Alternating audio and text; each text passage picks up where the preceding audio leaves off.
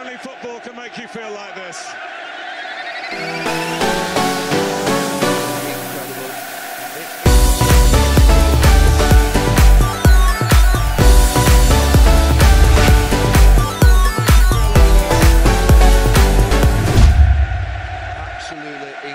Shalom shalom shalom abakunzi ba Iwacu Top TV reka ndabaramutse bukeye aho bwije nabwiye nti imwiriwe. Turi ku munsi wa mbere gerekerezo rya 2024 ukwezi nzero umwaka wa 2022 tukaba tuje n'ikiganiro c'inkino Iwacu Sport News kuri Iwacu Top TV.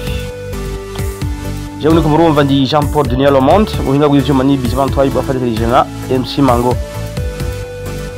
Reka ndabaramutse mwese rero aho muherereye ndababwire nti kaze muri kino kiganiro aho tugiye kumva amakuru avugwa mu Burundi muri Afrika Iburaya n'ahandi hose ku isi. Mukanya reka tuce tuza n'incamake y'amakuru. Yes, turahera ngaha iwacu mu Burundi tuhaza kuvuga muri Championnat National Premier League bariko barakina indwi ya 19 tuhaza kubabwira ingene imigwi yatanye mu mitwe n'ingene batsindanye uko basumbanya amanota n'ingene abamaze gutsinda ibikindo vyinshi babirushanye. Turaza kuva mu cicaro ca mbere turabe no mu cicaro ca kabiri aho hose tuba turi mu mupira w'amaguru aho tuza kuhavaje turabira hamwe no muri basketball turabe ingene vyari bimeze muri ryahiganwa ryategurwa na Viva aho umugwi w'urunani wirahiye umugwi wa Dinamo ku manota ndaza kubabwira ingene angana. Turaza kubabwira nandi makuru nyine avugwa muri basketball aho umukinnyi aho akinira urunani bamwita Hakizimana Elvis umutazira gafisi ejo nyene ariho yasezera ku mupira w'amaguru. Turaza kubabwira amajambo yavuze tubabwire ntuganuke yahavanye aho bamuhaye imodoka nziza cyane mu bwoko bwa Porter. Turaza kuva mu Burundi turabire hamwe amakuru avugwa muri Afrika turavuga mu higanwa ryo mu Rwanda tuvuge muri Tanzania no muri Kenya na cyane cyane ko mu bihugu hasanzwe hakina abarundi benshi cyane. Tuvuye mu Rwanda muri Tanzania no muri Kenya turaza kurabira hamwe amakuru avugwa muri Coupe d'Afrique des Nations cyangwa se muri CAN mu gifaransa cyangwa AFCON mu Cyongereza aho bari kwarakina iryo higanwa ku nshuro ya 33 turababwira ingene inkino zagenze aho batanga ku munsi w'ejo muri kimwe cy'umunani gishira icyanyuma igihugu cya Nigeria gisezerera amahiganwa mu gihe aricyo cyahabwa amahigo menshi yo gutwara rino higanwa. Turaza kubabwira ingene byagenze n'urukino rwahuje Burkina Faso na Gabo nakonye twaza kurugarukako n'inkino ziza kuba uyu munsi nejo bazokina na Gejo bazokina hanyuma binjire mu gice cya kane gishira icyanyuma aricyo quart de finale.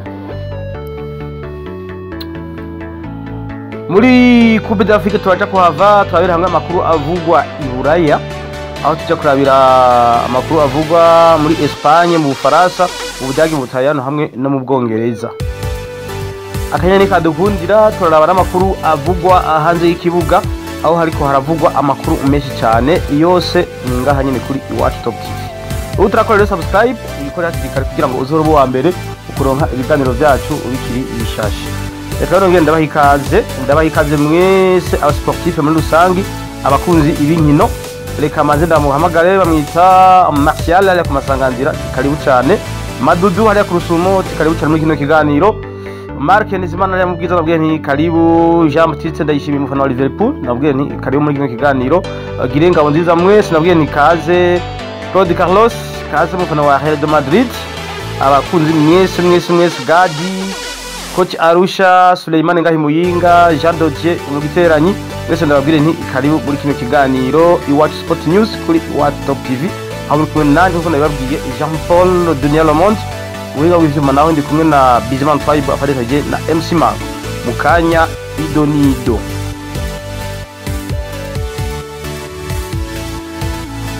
Ndongeye kubaha ikaze muri kino kiganiro reka twinjire mu idonido. Muri Premier League ikicaro ca mbere ariko barakina indwi ya 19 inkino zatangiye ku munsi wa gatanu. Equipe ya Musongati FC ya Igitega itsindwa na Aigle Noir ku kibuga cyayo gitsindo kimwe ku busa. Atletico Ni Oil yihaniza Burundi Sport Dynamique ibitsindo 2 ku busa. Le Croco FC inganya na Messager Dongozi ubusa ku bundi. Olympique Star itsinda Bomamuru ibitsindo 2 kuri kimwe. Top Junior inganya na Kayanza United muri derby yo mu Kayanza ibitsindo ubusa ku bundi. Vitaro FC itsinda Royal FC Muramvya ibitsindo 3-2. Flambeau du Centre inganya na Bujumbura City ubusa ku bundi. Flambeau de l'Est na Rukinzo. Yes, Flambeau de l'Est na Rukinzo bakina uyu munsi tariki 24 urukino rwo kuba igihe cy'isaha 10 ari kuri stade Intwari mu gisagara ca Bujumbura. Tuzobabwira ingene urukino rwagenze mu makuru yacu yo hanyuma. Gushika rero kundwi igira 19 ekipe ya Bumamuru FC ya Mucibitoke niyo ya mbere amanota 40, ya kabiri ni Atletico niyo Academy 38. Umva yuko Bumamuru batanguye kubisugereza aho isigaye irusha ekipe ya kabiri amanota 38 ni amanota 6 yonyene. Ya gatatu ni Message Dongozi 31 ni ya gatatu. Ya kane Top Junior 31. Ya gatanu ni Flambeau du Centre 30. Ya gatatu Aigle Noir 29. Vitalo FC ni 29. Burundi Sport Dynamique y'umunani 27. Musongati FC y'icenda 27 nayo nyene. Olympique Star y'icumi 28. 11 Rukinzo FC 22. Bujumbura City 12 21. 13 ni Flambeau de l'Est 17. Zitatu za nyuma ziri mu murongo utukura ni Kayanza United 14-15. Royal FC y'Muramvya 15-18. Le Croco FC niyo ya nyuma ya 16 n'amanota 12 yonyene. Yes, gushika ubu rero kundwi igira 19 abamaze gutsinda ibitsindo vyinshi bamwita Banza Patrick Kanyanga wa Bumamuru afise ibitsindo 11 niwe wa mbere. Uwa kabiri bamwita Nzeyimana Jean akidira Vitaro ibitsindo 9. Uwa gatatu bamwita Ndikomana Landry wa Atletico niyo Academy ibitsindo 8. Anganya no wa kane Tapo Jansi na ibitsindo 8 wa Aigle Noir. Gakiza Aime wa Flambeau du Centre afise ibitsindo 7. Nduwimana Desire wa Burundi Sport Dynamique ibitsindo 7. Kireko Yves wa Musongati ibitsindo 7. Murangira Ramirez ibitsindo 6. Tuyihimbaze Gilbert ibitsindo 6 wa Vitalo nako wa Flambeau du Centre ibitsindo 6.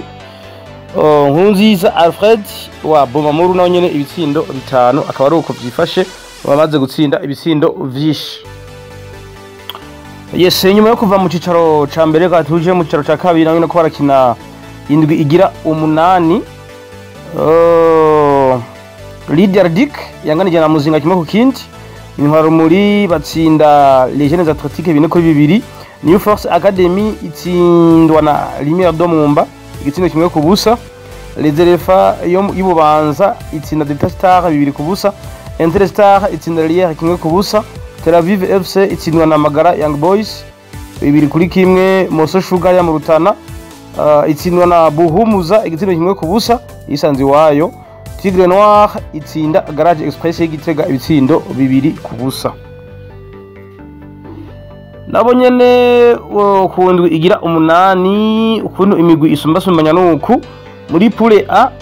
Ekipe ya Interstar ya mbere ifise 22. Ya kabiri ni Magara Young Boys 16. Tel Aviv 12. Rijajik Burundi Academy ya kane 11. Muzinga FC ni ya gatanu amanota 10.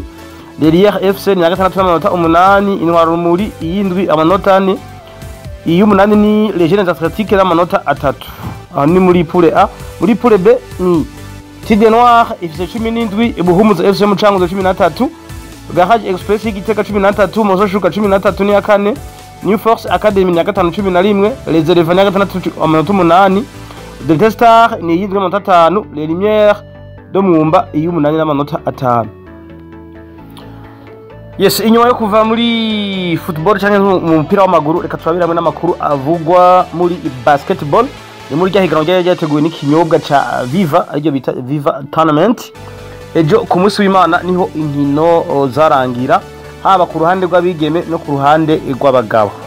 Ku ruhande rw'abigeme ekipe ya Gladiators niyo yatwaye igikombe itsinze ekipe ya Le Gazelle. Mu gihe ku ruhande rw'abagabo ari ekipe ya Urunani yatsinda ekipe ya Dinamo. Nkuko ndabivuga mu rukino rwari rubereye ijisho rwagiye gutangura igihe cy'isaha 8 zuzuye neza.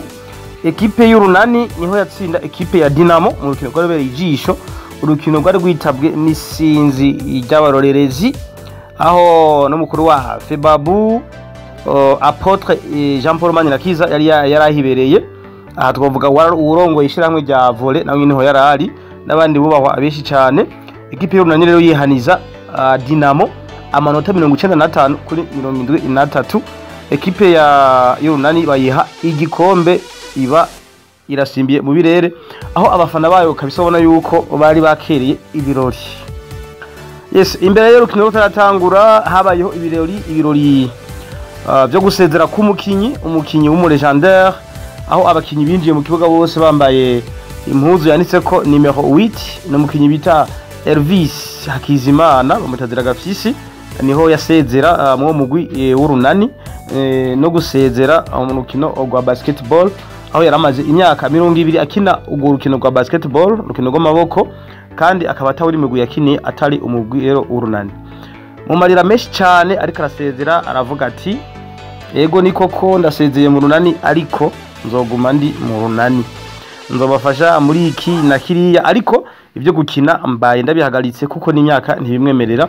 Aho yavuze yuko yatangiye gukina ngo mugwi akiri umwana muto cyane afite imyaka 15, yarakinye imyaka 20 muca mwumva ko yahagaritse afite imyaka hafi 35. Akaba rero nabo nyene mu Runani baramushimiye, baravuga bati mwana wacu ntacu tagize ntacu takoze, baramuhaye n'agashimwe aho bamuhaye imodoka nshasha nziza cyane yo mu bwoko bwa Porte Nouveau Model, barayimuhaye bamuha ibyangombwa vyayo, bamuha na contacteur. Abantu bose baravuga bati yarabikwiye nivyo. Rero yarafashe ijambo aravuga ati ndasavye imbabazi aho no narababaje abacoach, aho no narababaje abakinyi bagenzi bagirikira na Urunani canke abakinyi bo mu yindi migwi twagenda turahura, canke aho no narababaje abakoca banje muri make yasavye imbabazi. Aravuga ati ekipe y'Urunani ntacyo ntayihaye, yaratumye nkora amakosa, narayabowe mu ishure, ndaheba umuryango dufate nk'ubu. Aravuga ati naragenda gukina ugasanga maze igihe kinini ntari muhira, umva yose n'amakosa yagiriza byose yarabisabiye imbabazi mu marira menshi cyane. Natwe tuvuge tuti legendaire Gafyisi kudo chapeau, kandi nivyo ugiyemwo uze weregwe. Ndabibutse ko rero ihiganwa rya basketball ngaha mu Burundi rigiye gutangura vuba cyane, amatariki ntibara yavuga, ariko nibaza yuko mu makuru yacu yo hanyuma tuzobabwira ikirangamisi c'inkino za basketball mu higanwa ryo mu Burundi rigiye gutangura vuba cyane. Inyuma makuru avuga muri basketball mu mupira w'amaboko, reka tuve mu Burundi turabira hamwe n'amakuru avuga mu bihugu bibanyi. Turahera mu higanwa ryo mu Rwanda muri Rwanda Premier League. Inkino zabaye bariko bakina umunsi wa 14 muri phase aller. Ekipe ya Kiyovu Sports ku munsi wa gatandatu yatsinze Espoir 2-1, AS de Kigali inganya na APRFC ubusa ku bundi. Rayon Sport yakinye ejo na Marine ariko na Marine ariko Gasogi United na ikina na Etincelle. Mukura Victory Sports ikina na Musanze. Gorilla FC ikina na Etoile de l'Est. Police ikina na Bugesera. Rutsiro ikina na Gicumbi. Bazakina uyu munsi. Police na Bugesera nayo uyu munsi gisha 9. Gorilla izakina nayo uyu munsi gisha 6:30. Urukino rwanatanguye deja. Gushika rero ekipe ya Kiyovu Sports niyo ya mbere 29, APRFC 28, AS de Kigali 28, Police ifise 23, Rayon Sport ni ya gatanu ifise nayo nyene 23. Muri Tanzania mu higanwa ryaho gitwa Vodacom Premier League bariko barakina indwi ya 13.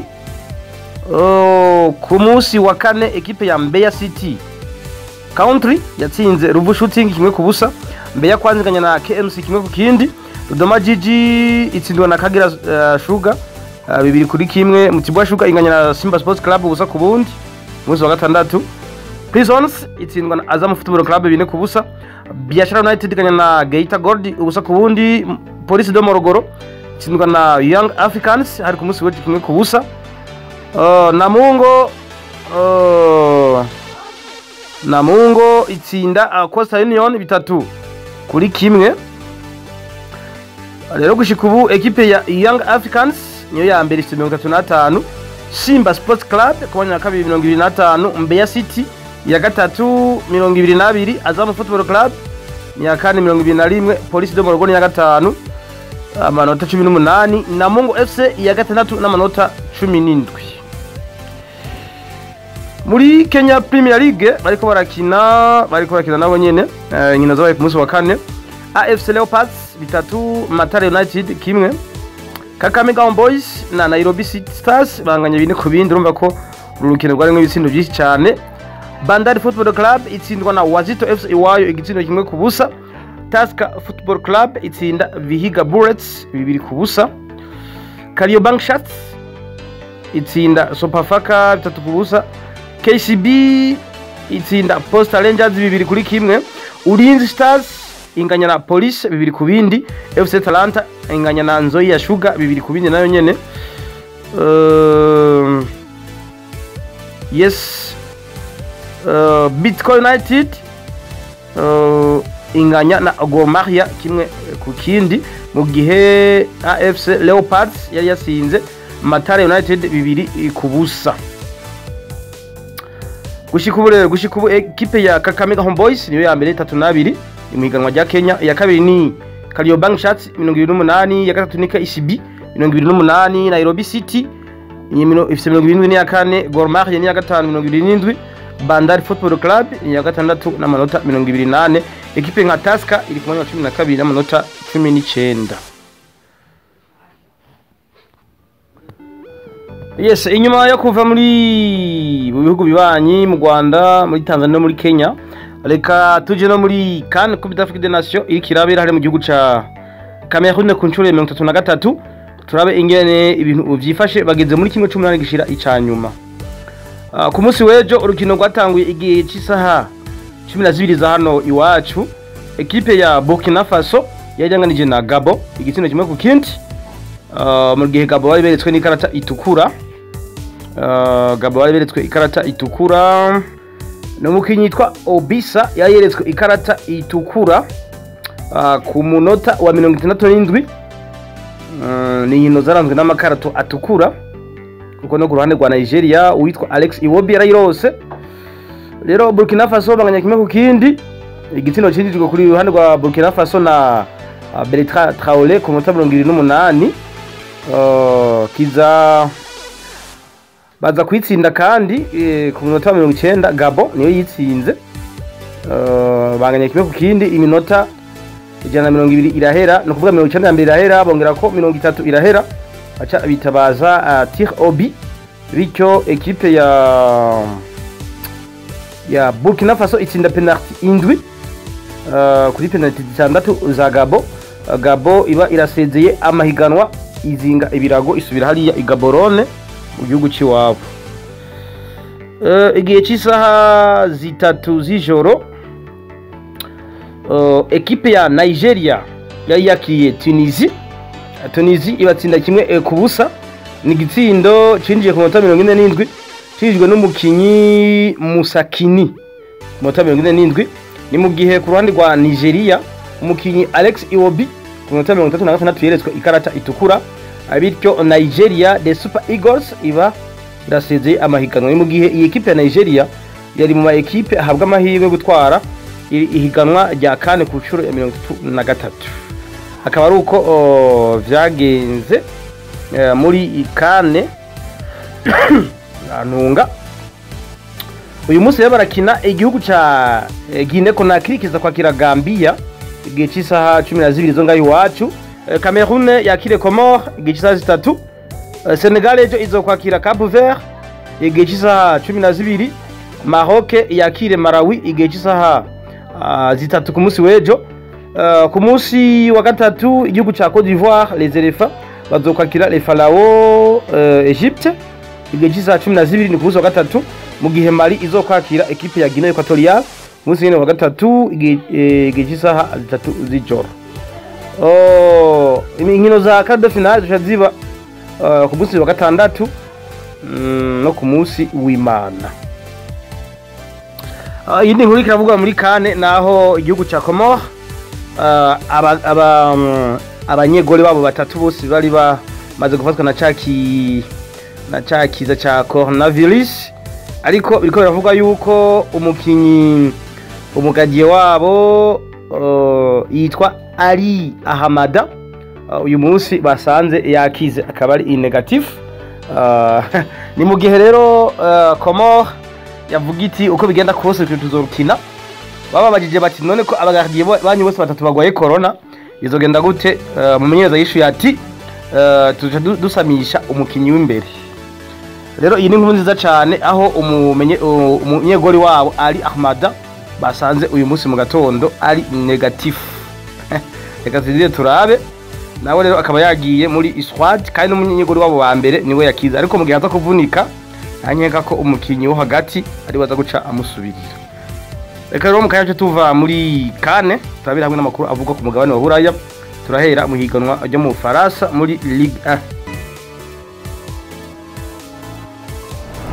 Yes, muri Ligue 1 bariko barakina equipe ya Metz yatsinzwe na Nice 2 ku busa.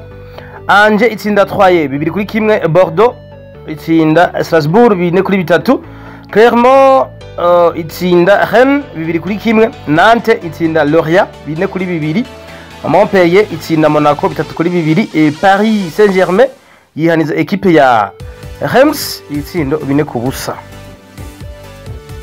Kugeza ubu rero equipe ya Paris Saint-Germain niyo ya mbere 53 kurikirwa na Nice 42, Marseille 40, Strasbourg 35. Bamaze gutsira ibisindo vyinshi ni Wissam Ben Yedder wa Monaco, uyu no mu Faransa kinira Monaco, afite ibitsindo 13, penalty 6. Jonathan David akinira Lille n'umunya Canada, ibitsindo 12, penalty 2.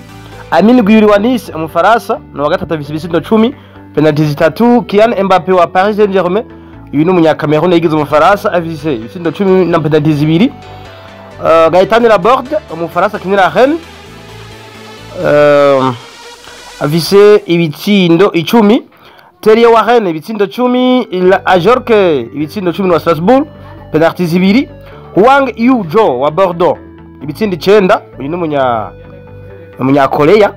Mohamed Bayo wa Clermont ibitsindo 9, penalty 1. Eris wa Bordeaux ibitsindo 8, amwita Dimitri Payet akinira Marseille ibitsindo nawe nyene 8. Inyuma ya Ligue 1 mu Faransa katubabera hamwe no muri Bundesliga, ni muri German Bundesliga mu Budagi, bariko barakina indwi igira 20 ku munsi wa gatanu. Eintracht Frankfurt itsindwa na Arminia Bielefeld 2 ku busa. Mönchengladbach itsindwa na Union Berlin iwayo 2 kuri 1. Greuther Fürth itsinda Mayence 05 2 kuri 1. Freiburg itsinda Stuttgart 2 ku busa. Hoffenheim itsindwa na Dortmund iwayo 3 kuri 2. Leverkusen itsinda Augsburg 5 kuri 1. Bochum inganya na Cologne 2 ku bindi. Red Bull Leipzig 2, Wolfsburg ubusa. Hertha Berlin itsindwa na Bayern Munich ibitsindo 4 kuri 1. Gushika ubu equipe ya Bayern Munich evise amanota 49 niyo ya mbere. Dortmund ni ya kabiri 43, Leverkusen ni ya gatanu nako ni ya gatatu 35, Union Berlin ya kane 38. Zitatu za nyuma ni Augsburg ya 16 vise 19, ya 10 ni Stuttgart vise 18, Greuther Fürth ya 18 n'amanota 10.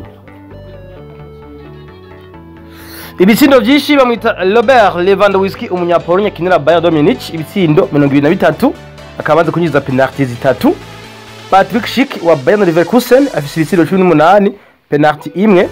Erling Braut Haaland wa Borussia Dortmund, uyu n'umunya Norvège afise ibitsindo 16 na penalty 3.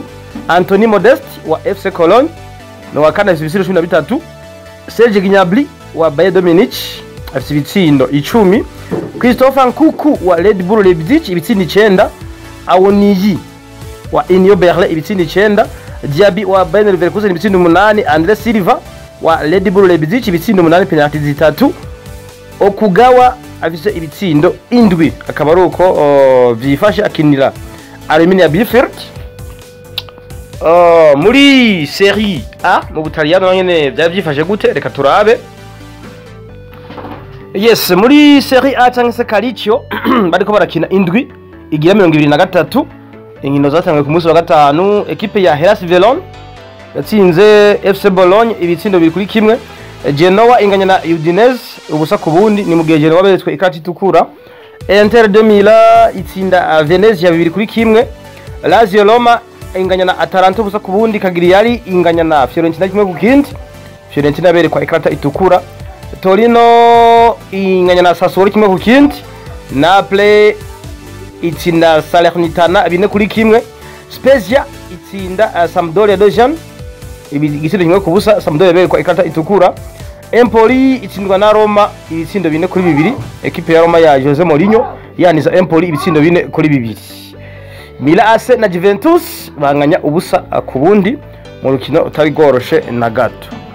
Gushika ubu rero equipe ya Inter de Milan niyo ya mbere 53 ikurikirwa na Napoli 49, ya gatatu ni Milan AC 49 nayo nyene. Atalanta Bergamo ya kane 43, ya gatanu ni Juventus 42, ya gatatu ni Roma 38, zitatu za nyuma ni Cagliari 17 ya 18, Genoa 19 ya 13, ya 20 Salernitana gushika ubu ifite amanota 10 yonyene. Amaze gutsinda ibisindo vyinshi Ciro Immobile wa Lazio de Roma no Mutaliano afite ibisindo 17 wa mbere.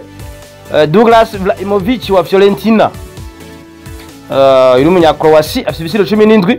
Giovanni Simeone wa Hellas Verona no munya Argentine akaba ari n'umuhungu wa Diego Simeone mumenyereza wa Atletico de Madrid ibisindo 12. Lautaro Martinez wa Inter Milan uyu n'umunya Argentine afite ibisindo 11. Belardi wa Sassuolo Mutaliano afite ibisindo 10. Tammy Abraham umwongereza akinira AS Roma ibisindo 10. Joao Pedro wa Cagliari afite ibisindo 10. Scamacca wa Sassuolo ibisindo 9. Douglas Zapata wa Atalanta Bergamo ibitsindo 9 n'umunya Colombi. Edin Dzeko umunya Serbia akinira Inter de Milan ibitsindo 9. Ibrahimovic Zlatan wa AC Milan ibitsindo 8. Destro wa Genoa ibitsindo 8. Pazalic wa Atalanta ibitsindo 8. Beto wa Udinese ibitsindo 8. Yes, muri La Liga Santander bari bageze ku ndwi igira 22. Equipe ku munsi wa gatanu equipe ya Betis yatsinze Espanyol bine kuri kimwe, ni mu gihe Espanyol bari beretswe ikata itukura. Levante itsindwa na Cadix bibiri ku busa. Villarreal yahaniza Mallorca 3 ku busa, Mallorca berekwa ikata itukura. Equipe ya Sevilla inganya na Celta Vigo bibiri ku bindi. Atletico de Madrid itsinda Valence 3 kuri 2. Granada itsindwa na Osasuna iwayo bibiri ku busa. Real de Madrid inganya na Elche bibiri ku bindi. Real Sociedad inganya na Getafe ubusa ku bundi. Rayo Vallecano itsindwa na Athletic Bilbao iwayo kimwe ku busa. Barcelona yiyusha kuya bigoye itsinda Deportivo Alaves kimwe ku busa. Gushikura equipe ya Real de Madrid nubwo yanganije ifise 50 niyo ya mbere. FC Sevilla 46 ya kabiri. Betis ya gatatu 40. Atletico de Madrid 36 ni ya kane. FC Barcelona ya gatanu ifise 35 nyuma yo gutsinda. Ama equipe ya nyuma atatu ya nyuma ni Cadix ku 18 nyene. 19 ni Deportivo Alaves amanota 17. Equipe ya nyuma ni Levante ya 20 ifise amanota 11. Abamaze kubona igoye gusubira abandi bamwita Karim Mustafa Benzema wa Real de Madrid ibitsindo 17. Jimenez wa Betis Sevilla umunya Espagne afite ibitsindo 12. Laurde Thomas wa Espanyol Barcelona ibitsindo 12 n'umunya Espagne. Vinicius Junior umunya Brazil akinira Real de Madrid afite 12. Aspas wa Celta Vigo ni wa gatanu afite ibitsindo 11. Joseru Alaves ibitsindo 10 n'umunya Espagne akinira Alaves. Moreno wa Villarreal umunya Espagne afite ibitsindo 8. Memphis Depay wa FC Barcelona umunya Pays-Bas afite ibitsindo 8. Angel Correa wa Atletico de Madrid ibitsindo 8. Akaba ari uko byifashe. muri English Premier League bariko barakina nawo nyene indwi igira 23 inkino zagenze gutya. Ku munsi wa gatanu Watford itsindwa na Norwich City 3-0 ni mu gihe Watford beretswe ikata itukura. Everton itsindwa na Aston Villa 1-0. Wolves itsinda Brentford 2-1. Newcastle itsinda Leeds United 1-0. Manchester United itsinda West Ham 1-0. Southampton inganya na Manchester City 1-0. Liverpool yihaniza Crystal Palace iwayo ibitsindo 3-1. Arsenal inganya na Burnley ejo ejo ibitsindo ubusa ku bundi. Leicester City inganya na Brighton and Hove Albion 1-0. Chelsea ejo yihaniza Tottenham muri derby ya Londres ibitsindo 2-0. Gushika rero equipe ya Manchester City niyo ya mbere 57, ya kabiri ni Liverpool 48, ya gatatu ni Chelsea 47, kane Manchester United 38, West Ham ya gatanu 37, ya gatandatu ni Arsenal 36, Tottenham yindwi amanota 36. Zitatu za nyuma ni Newcastle ku mwanya wa 18 n'amanota 15, 19 ni Watford amanota 18, 20 ni Burnley n'amanota 12. Umaze gutsinda ibitsindo vyinshi bamwita Mohamed Salah akinira Liverpool n'umunya Egypt ibitsindo 16 niwe wa mbere. Diogo Jota umunya Portugal akinira Liverpool nawe afite ibitsindo 10. Jamie Vardy umwongereza akinira Leicester City afite ibitsindo 9. Cristiano Ronaldo no wa kane n'umunya Portugal akinira Manchester United ibitsindo 8. Emile Smith Rowe umwongereza akinira Arsenal afite ibitsindo 8. Sadio Mane umunya Senegal akinira Liverpool afite ibitsindo 8. Rafinha afite ibitsindo 8. Son Heung-min uyu n'umunya Corée du Sud akinira Tottenham afite ibitsindo 8. Michael Antonio uyu n'umwongereza akinira West Ham afite ibitsindo 8. Dennis wa Watford afite ibitsindo 8. Bruno Fernandes umunya Portugal akinira Manchester United ibitsindo 7. Bernardo Silva afite ibitsindo 7 nawe n'umunya Portugal akinira Manchester City. Mason Mount umwongereza akinira Chelsea ibitsindo 7. Montpellier ibitsindo 7. Carragher ibitsindo 7. Raheem Sterling umunya Jamaica yigize umwongereza afise ibitsindo 7 akinira Manchester City. Joe Bowen ibitsindo 6. Riyad Mahrez umunya Algeria akinira Manchester City ibitsindo 6. Akaba ari uko vyifashe muri English Premier League. Reka mugaye cyo tuza n'amakuru make cyane avugwa hanze y'ikibuga. Yes, amakuru avugwa hanze y'ikibuga.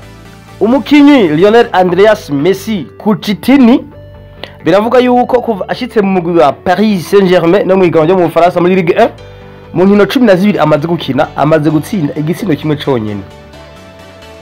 Bikavuga yuko uyu mukinyi ari karagereza izabukuru ari karagera muri kariyeri yo guhagarika umupira kuko nibitangaje aho Lionel Messi ashobora gukina inkino 12 agatsinda igitsindo kimwe cyonyene.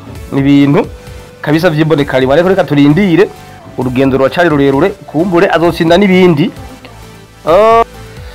Umukinyi nawe Marco Verratti nawe nyina akina muri Paris Saint-Germain akina na Lionel Messi biravuga yuko yinjije igitsindo ciwe ca mbere muri Ligue 1 ni mu gihe yaruka kwinjiza igitsindo itariki 6 z'ukwezi kwa gatanu muri 2017 bariko bakina ni na equipe yitwa Bastia ikaba ibarizwa mu cicaro ca kabiri. Mwumva yuko nawe nyene ari ibintu bitangaje cyane. Uyindi mukinyi yitwa Jo Hwang abaye umukinyi wa mbere akomoka ku mugabane wa Aziya yinjije byo bita triple ni kuvuga hat trick ibisindo 3 mu rukino rumwe kuva ihiganwa rya Ligue 1 mu Faransa ryabaho. Ni kuvuga ngo uyu mukinyi umunya Korea y'Epfo bamwita Jo Hwang niwe yaraye atsinze ibisindo 3 mu rukino rumwe akaba bari wa mbere rero akomoka ku mugabane wa Aziya ashoboye kubigerako.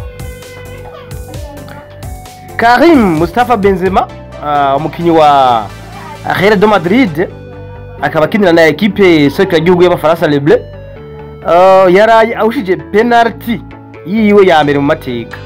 nukuvuga ngo Karim Benzema ntiyari bwahushe penalty ubaye bwa mbere rero ayihushije muri club yaramaze kuyihusha muri equipe serukira igihugu y'abafaransa ariko muri club yiwe ya Real Madrid canke muri iriyo yavuyemo nibwo bwa mbere ahushije penalty urumva ko ari ibintu bibabaje cyane kuri Karim Benzema kumbure yorangije umupira w'amaguru ata penalty ahushije ariko bikaba byarabibaye kuri mugoroba aho equipe ya Real Madrid yanganya na Elche igitsindo kimwe ku kindi nako bibiri ku bindi nukuvuga Elche yatsinda Real Madrid igombora ni mu gihe kinini kandi umukinyi Karim Benzema mu rukino rwari kuri bahuze na Elche yashoboye kuvunika ariko bikaba bivuga ko atari imvune kanganye cyane ashobora kumara hagati y'indwi zibiri cyangwa zitatu ari hanze y'ikibuga.